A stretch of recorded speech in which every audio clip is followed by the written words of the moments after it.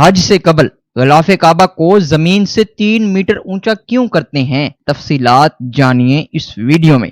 ناظرین، حج کے موقع پر جہاں دنیا بھر سے مسلمان مکہ مکرمہ پہنچتے ہیں، وہیں خانہ کعبہ سے متعلق چند اہم ایسی روایات بھی سب کی توجہ خوب سمیٹ لیتی ہیں جو کہ محض حج کے موقع پر ہی انجام پاتی ہیں۔ ناظرین، غلاف کعبہ زمین سے 9 فٹ بلند کیوں ہوتا ہے؟ ہر سال حج پر ایسا کیوں کیا جاتا ہے؟ اگرچہ اس حوالے سے بہت کم لوگ جانتے ہیں، لیکن حج اور عمرہ کے لیے آنے والے غلاف کعبہ اور زمین کے درمیان فاصلہ ہوتا ہے، تاہم حج کے قریب آتے ہی یہ فاصلہ کم ہو جاتا ہے۔ حج سے قبل غلاف کعبہ کو زمین سے 3 میٹر اونچا کیوں کر دیا جاتا ہے، یہ اکثر لوگوں کو معلوم نہیں ہے۔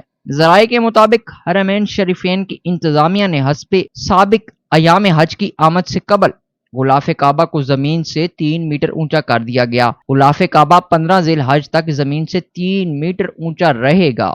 ناظرین، غلاف کعبہ کو اونچا کرنے کا مقصد حج کے ایام میں غلاف کعبہ کو کسی بھی قسم کے نقصان سے محفوظ رکھا جائے۔ ماضی میں عازمین غلاف کعبہ کو چھونے کے ساتھ ساتھ اس کے ٹکڑے تبرک کے طور پر کاٹ کر ساتھ لے جاتے تھے، جس سے غلاف کعبہ کو نقصان پہنچتا تھا۔